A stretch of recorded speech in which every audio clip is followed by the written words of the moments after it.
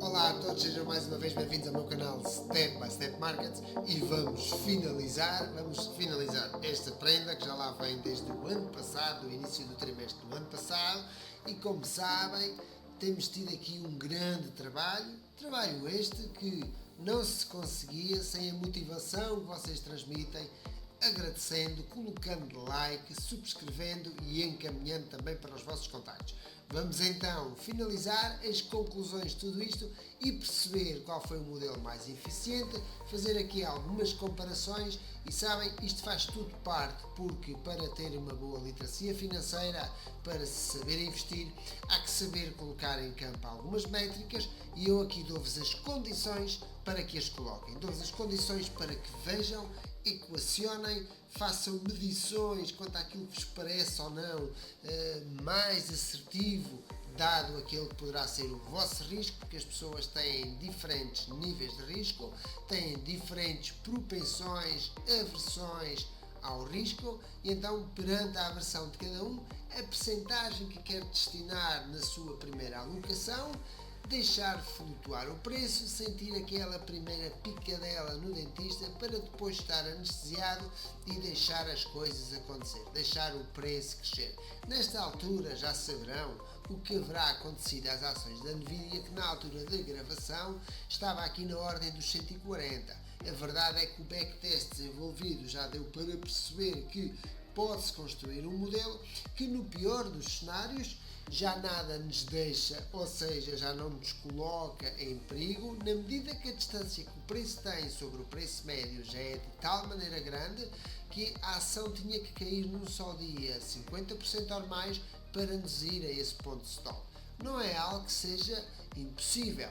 Bem, no caso da Nvidia, por estar a cotar no Standard Poor's e no Nasdaq, sim que o é, porque há regras, estas cotadas quando têm oscilações entre os 20% e os 30% num só dia, são paradas as suas cotações para ver o que acontece, assim como para esses índices, por serem índices total return, nos 5% elas têm que parar imediatamente e o mercado trava todo. Mas como não é isso que interessa, vamos então ver como tudo começou e o que vamos olhar. Bem, primeiro, antes de mais, temos aqui as ações da Nvidia. As ações da Nvidia aqui começaram os primeiros preços médios. O meu primeiro posicionamento que foi demonstrado ainda no início do trimestre do ano passado foi neste nível. Após um posicionamento já mais confortável e o preço ter subido 20% aproximadamente, foi colocado um segundo posicionamento e foi feito um stop sobre o preço médio.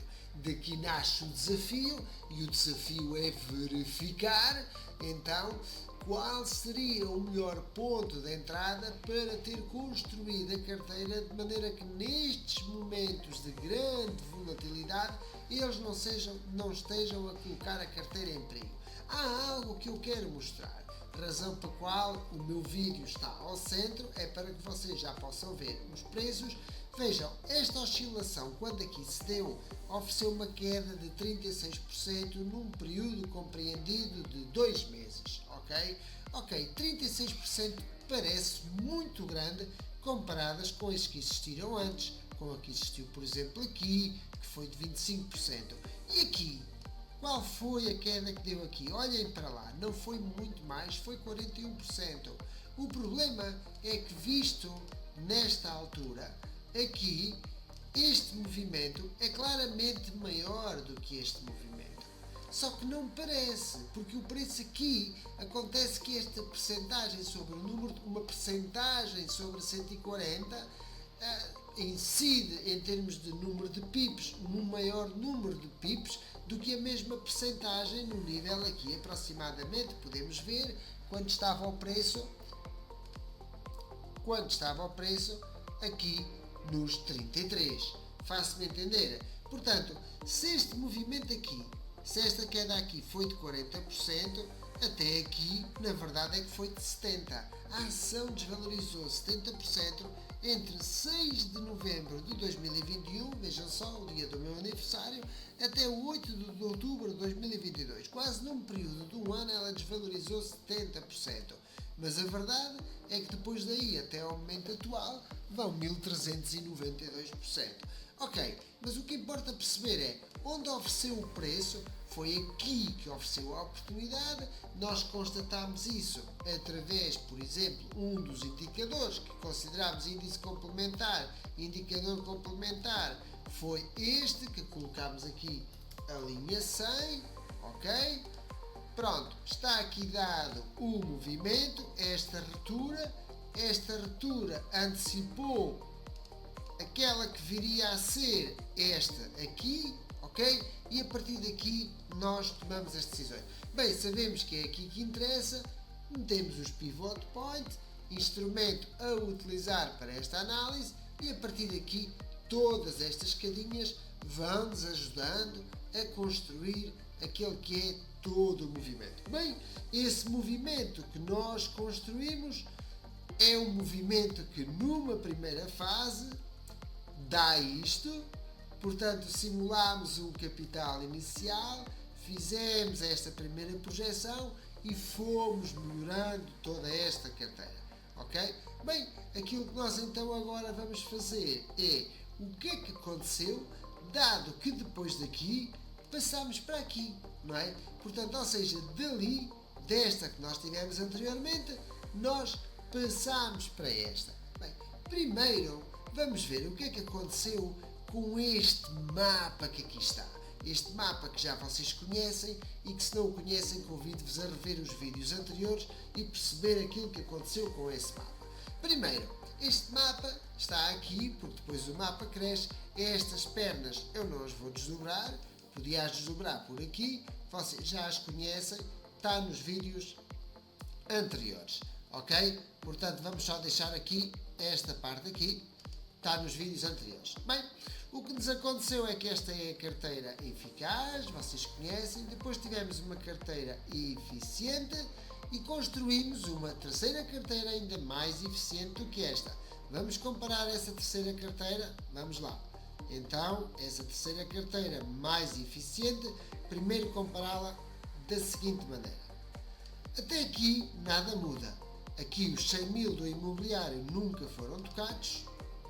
Só que aqui estes 100 mil, aqui tivemos que ir buscar 4.084 ao mercado imobiliário. Mas aqui na carteira mais eficiente foram retornados, ok? Enquanto que aqui a carteira depois deu um retorno que fez com que na parte dos investimentos, em vez de 100, passasse a estar, porque eu recordo que tínhamos 100, dividíamos estes 100 para imobiliário, negócio próprio e mercados financeiros, aqui tornou-se em 123, aqui em 213, 164 e aqui em 252, 210.55. Continuamos a desdobrar e esta parte dos mercados financeiros vamos constatar que, enquanto que nós aqui no primeiro destes 100 que cá tínhamos, tivemos que ir buscar 9 a este departamento para incluir aqui e dar origem a este retorno, aqui fomos pescá-lo todo e, como se não só não fôssemos pescá-lo todo, ainda fomos pescar 4.084 aqui. Aqui vejam o que acontece. Aqui devolvemos os 4 aqui, melhor que esta posição, e enquanto que aqui tínhamos ficado sem nada, conseguimos retornar 20 mil para esta parte e ficar só com 80 aqui.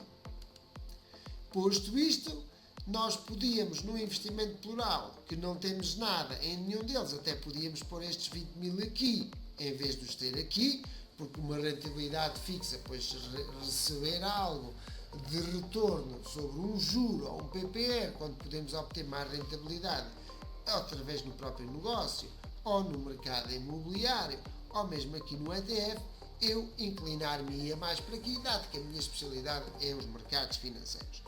No investimento singular, as commodities, continua ali o ouro à espreita e acabamos com a Nvidia, enquanto que aqui acabamos com 83.118 posicionamento na Nvidia, aqui ficámos com 217.248 de posicionamento na Nvidia e aqui com 232.210,55 de posicionamento na Nvidia.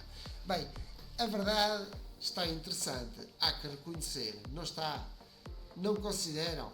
Bem, vamos então ver aqui o nosso Excel. Bem, e agora a magia que eu vos trago aqui para o Excel a primeira coisa é, vamos então colocar aqui os dados. O que é que eu preparei? Uma grelha onde fizemos um backtesting para as ações da NVIDIA utilizando os pivot point. Portanto, ok? O modelo A, B e C são precisamente estes A, B e C, correto?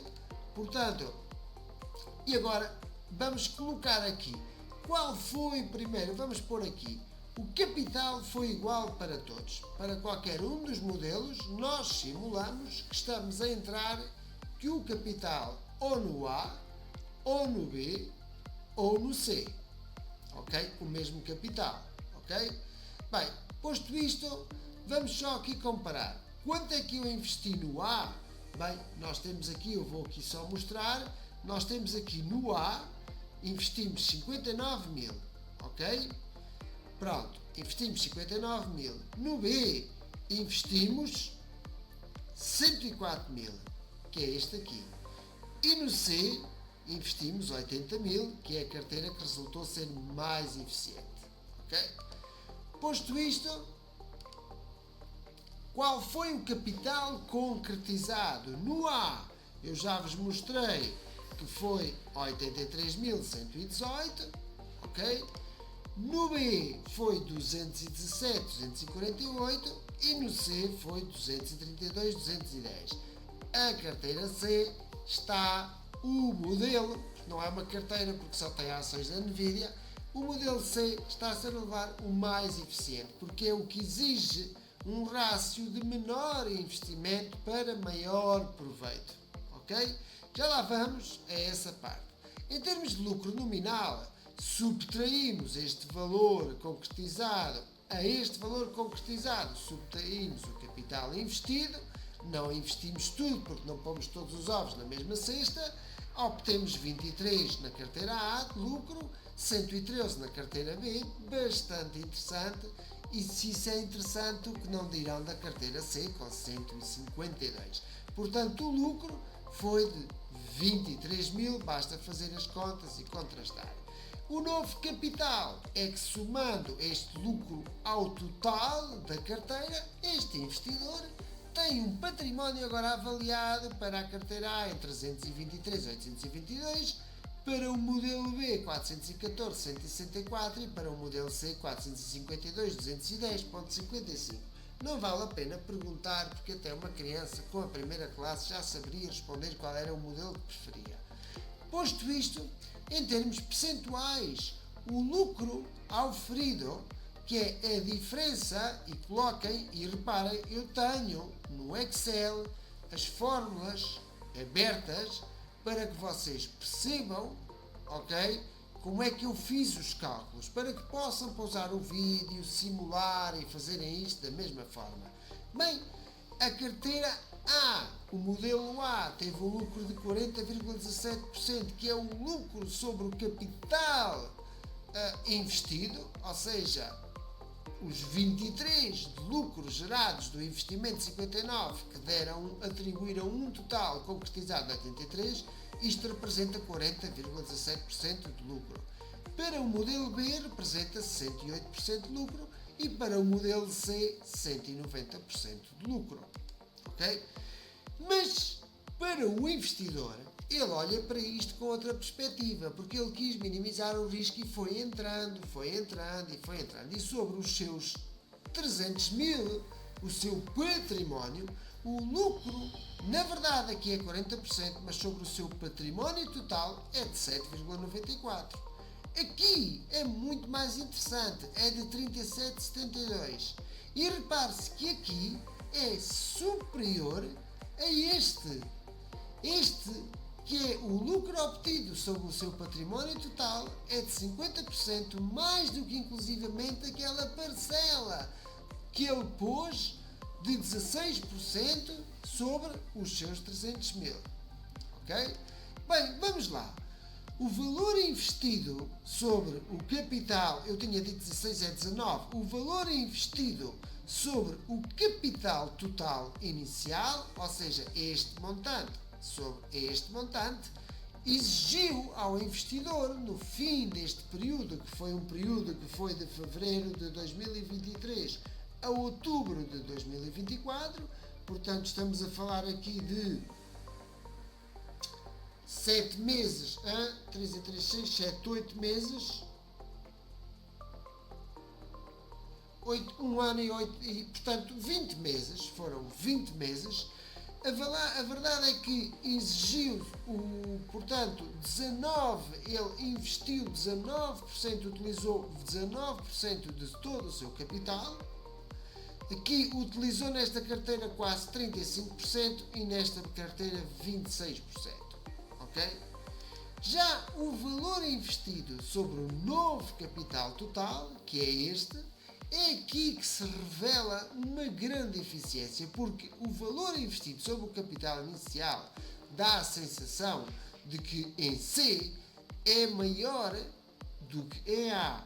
E de facto é, porque é sobre o valor antigo, mas temos que o considerar sobre o valor concretizado e realizado, e aí verifica-se a eficiência do resultado aplicado neste modelo de gestão. E verifica-se que a carteira mais eficiente foi claramente a C, porque com o retorno conseguido resultou ter um menor sacrifício, uma menor imposição. E dá para perceber, veja-se que aqui o stop estava a 131% do seu preço médio, ok? E veja-se que a diferença do preço médio último da carteira C sobre o preço médio da carteira B é de 28%, ok? Bem, continuando a explicar, o capital concretizado, que é o montante concretizado, que é este aqui, sobre o capital total, é de 25% na carteira A, representa na carteira B 52% e na carteira C 51%. Ou seja, o dinheiro, repare-se neste detalhe, o dinheiro que se conseguiu realizar em mais-valias e que deu origem a um crescimento da carteira foi de tal maneira que esse único capital chegou a representar 51%. Portanto, o capital concretizado, que foram os 232, representou 51% do total finalizado do património do investidor de 452. O montante utilizado na primeira entrada foi aqui. Mais uma vez eu vou mostrar, só para se perceber, a primeira entrada foi aqui, 4.774, porque a carteira aqui ao princípio tinha umas perdas e só em dezembro de 2023 consegue. Na verdade, aqui para a carteira B foi muito menos, que foi só de 2.302, para a carteira C foi mais, mas com uma diferença. É que foi sempre o mesmo montante, enquanto aqui foi crescendo a exigência perante o investidor, aqui a exigência foi sempre a mesma e isso fez com que melhorasse o preço médio ao longo do tempo. Bem, posto isto, em termos de percentagem, este detalhe comparativo excepcional, que é o detalhe que nos diz que para o primeiro investimento foram precisos apenas 1,59%, mas a verdade é que isso representou que o grosso realizado com esse primeiro investimento viesse trazer um resultado com que o capital acumulado representasse 25% da carteira. Não é muito diferente este último, que é aquele com o qual devemos comparar, que é a carteira mais eficiente, ainda que este seja um número bastante também interessante. É que aqui, com um investimento de 1,67%, porque não é muito diferente estes 474 de 5.000, com 1,67% de peso destes 300.000, ao longo do tempo, transforma toda a Nvidia a representar 51,35% da carteira deste investidor. Para aqueles que consideraram que isto poderá ser um modelo interessante, aquilo que eu vos quero dizer quanto a isto é, para aqueles que não compreenderam porque é que Warren Buffett de 2013 a esta parte aproximadamente a metade do ano transato, o ano 2024, chegou a ter 40 e mais de 40%, eu vou dizer mais de 40%, mas menos de 50%, de toda a sua carteira só em ações da Apple. É que é muito fácil ver que ele lá tem esses percentuais, mais complicado é perceber como é que ele chegou a esses níveis, sem estar muito preocupado, porque a carteira dele representava mais de 40% só na Apple. Aquilo que eu vos apresentei aqui foi um modelo que mostra como isso é possível fazer. Não estou a dizer que ele utilizou os pontos pivô, nem pouco mais ou menos. Estou a dizer que a análise técnica, respondendo à questão que me foi colocada por um jornalista na Semana do Investidor, é possível criar um modelo de longo prazo para um investidor, através do mesmo, conseguir uma carteira com uma gestão responsável, ponderada, que não está isento do risco, mas que a maior aflição está naquela primeira entrada, mas que se está a favor da tendência e se escolhe um ativo que dá sinais. A verdade é que poderá conseguir no longo prazo construir algo como isto. Resta-vos a vocês escolherem as vossas cotadas preferidas e se calhar perceberem ao longo do tempo que se elas não vos oferecerem esta esperança matemática positiva, porque quando falo de esperança matemática positiva, falo disto. Quando um ativo não vos der esta esperança, deixem o ativo. Não entrem em clubismos e optem pelo que é racional. Eu espero que tenham gostado de toda esta série. Espero voltar a ver-vos. A cena dos Pivot Point, esta série ainda não terminou. A história não termina aqui. O que termina é este modelo para o qual eu fui provocado e que eu publiquei no meu canal. Este modelo não vai estar sempre disponível. Essa é que é a verdade. Agradeço a vocês toda a atenção prestada. Coloquem like, subscrevam se vos fizer sentido, reencaminhem e já nos veremos para a próxima semana, porque vamos falar de indicadores complementares, indicadores que nos ajudam a dar sinais e que nós poderemos juntar uns com os outros e perceber que quando eles não se repetem, são um bom amigo. Quando temos duas pessoas num negócio a fazer exatamente o mesmo e a não saberem as duas fazer também o mesmo, há sempre uma pessoa que sobra. Um bem-aja a todos e até a próxima.